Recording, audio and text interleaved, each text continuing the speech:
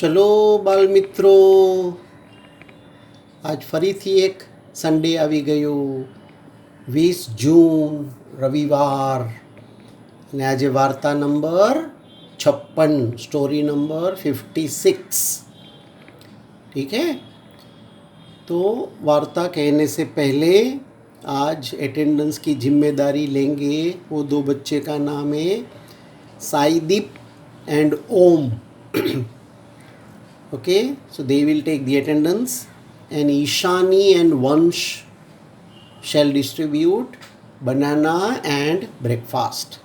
Ishani and Vansh, you take up this responsibility, both of you. ठीक है. सो कहानी number 56, story number 56. वृद्ध हाथी. हाथी जो बूढ़ा हो गया है वो.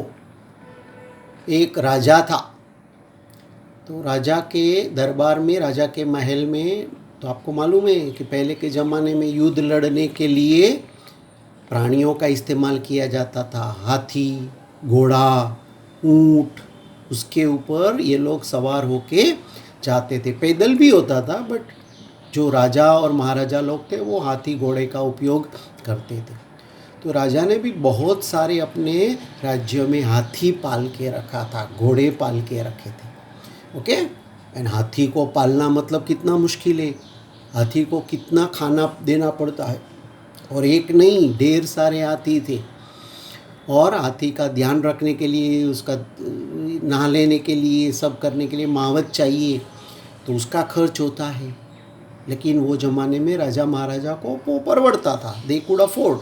ओके. तो ये राजा के दरबार में भी बहुत सारे हाथी थे. तो राजा का एक फेवरेट हाथी था. बहुत होशियार था, बहुत चालाक था. और राजा ने वो हाथी के ऊपर बैठ के, हाथी के ऊपर सवार होके बहुत सारे युद्ध जीते थे. ठीक है. हाँ, तो राजा के लिए, राजा मानता था कि ये मेरे लिए लकी है, किस्मत वाला हाथी है. तो राजा उसको बहुत पसंद करता था. राजा उसको बहुत प्यार करता था, उसको लाड लड़ाता था राजा.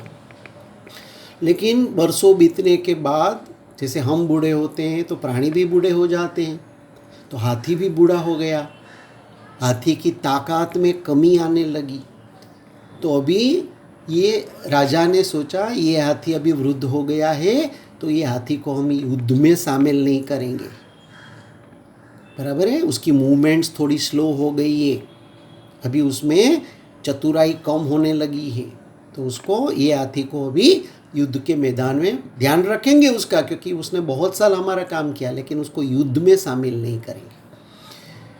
तो वो हाथी रहता था, उसका खाना पीना बराबर होता था, उसकी देखभाल बराबर होती थी.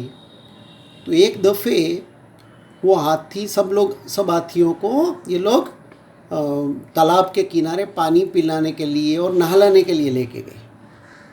ओके. तो ढेर सारा पानी देख के ये हाथी नदी के, तालाब के अंदर उतर गया. और तालाब में ढेर सारा चिक्कड़ था, कादव થઈ ગયો तो.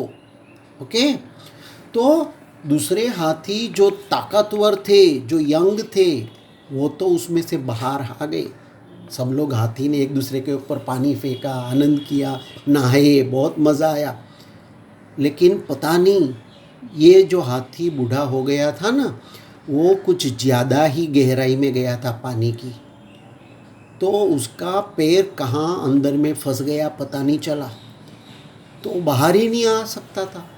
कितनी मेहनत करता था, लेकिन वो बाहर ही, जैसे जैसे बाहर आने का प्रयास करे वैसे अंदर जाता था.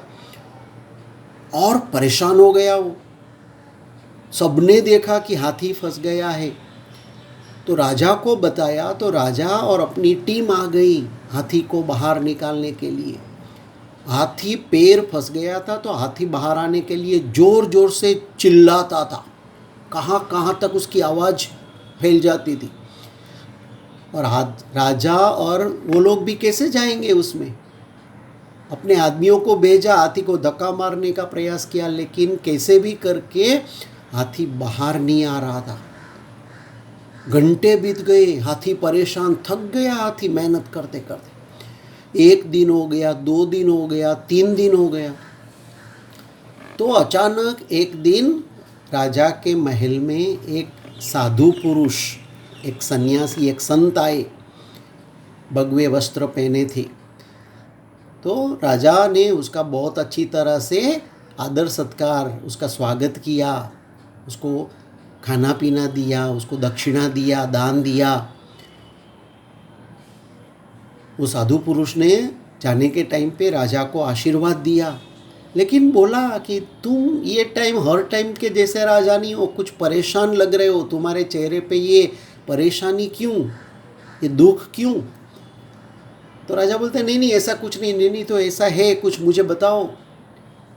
तो बोलते हमारा एक हाथी है ना, जो मेरा वफादार हाथी था, मेरे लिए लकी हाथी था, वो वहाँ तालाब में फंस गया है। बोलते चलो देखते हैं। तो वहाँ जाके राजा उसको, साधु पुरुष को उधर लेके गया, संत को। तो संत ने भी देखा हाथी बहुत बुरी तरह फंस गया है और बहुत कोशिश करता है, चिल्लाता है, राड़म राड़ करतो तो हाथी બહાર આવવા માટે જોર જોરથી ચિલ્લાતો હતો, हाँ बूम बराड़ा पड़तो तो। बहुत लोग इकट्ठा हो गए थे तालाब के किनारे, लेकिन करे क्या? तो साधु महाराज ने पूछा कि ये हाथी का आप क्या उपयोग करते थे? तो बोले कुछ साल पहले मैं उसको युद्ध के मैदान में उपयोग करता था और मैं इसके ऊपर बैठ के बहुत सारे युद्ध जीता हूँ, मेरे लिए वो बहुत लकी था। तो एक काम करो, साधु महाराज ने एक आइडिया बताया, एक काम कर दे, तुम अपने जो राज्य में जो ढोल बजाने वाले हैं ना, युद्ध के टाइम पे जो ढोल बजाते थे सबका उत्साह बढ़ाने के लिए, जैसे ढोल बजाने वाले को सबको बुलाओ। तो सबको बुलाया गया और उसको बोलो जैसे हो सके तुम ढोल बजाओ, जैसे युद्ध के मैदान में जाते समय जैसे ढोल बजाते ना वैसा ही ढोल बजाओ। तो सब लोग ने जोर जोर से वैसा ढोल बजाने लगे। वैसे जैसे वो ढोल की युद्ध के मैदान में जैसे बजता है, ऐसे ढोल की बजने की आवाज़ सुनी है ना, तो वो हाथी अचानक खड़ा हो गया जहाँ बैठ गया था पानी में, और जैसे जैसे ढोल बजता गया उसके शरीर में ऐसे स्फूर्ति आने लगी, ताकत आने लगी, जैसे पता नहीं अनजानी ताकत आती है, और वो एकदम जोर करने लगा। जैसे जैसे ढोल और बजते लगा, साधु पुरुष ने बताया कि और बजाओ, जैसे जैसे और ढोल बजते लगा वैसे वैसे हाथी जोर जोर से ताकत अजमा के बाहर आने लगा। ढोल ये साइड बजता रहा, वहाँ वो साइड हाथी बाहर आ गया, बिल्कुल बाहर आ गया, और धीरे धीरे वो पानी से बाहर आ गया और सब लोगों ने तालियों से उसका स्वागत किया। राजा ने उसको हार पहनाया और उसको प्रणाम किया और उसका स्वागत किया। साधु महाराज भी उधर हाजिर थे उसका स्वागत करने के लिए। तो साधु महाराज ने बताया कि देखा, ये उसमें तुम उसको इस्तेमाल नहीं कर रहे थे युद्ध के मैदान में, तो वो उसका उत्साह मर गया था, और उसका उत्साह मर गया था तो वो पानी में से बाहर नहीं आ रहा था। तो उसका जुस्सा बढ़ाने के लिए, उसमें जोम भरने के लिए, उसका जुस्सा बढ़ाने के लिए जैसे युद्ध के मैदान में आप लोग ढोल बजाते हैं वैसे बजाने लगे, तो देखो उसकी ताकत कितनी बढ़ गई। उसको लगा कि मैं युद्ध के मैदान में मुझे जाना है, और वो ताकत का इस्तेमाल करके वो मड में से, चिक्कड़ में से बाहर आ गया और अपनी जात को बचा पाया। ओके, तो क्या सीखने का इसमें से कि अपना मोटिवेशन बरकरार रखने का ज़िंदगी भर। ओके, अपना जुस्सा बढ़ाने के लिए जो भी ज़रूरी है वो बरकरार रखने का, जिंदा रखने का। तो कोई ढोल बजाए या ना बजाए, लेकिन 2 शब्द बोले ना मोटिवेशन का, तो भी आपका उत्साह बढ़ जाता है।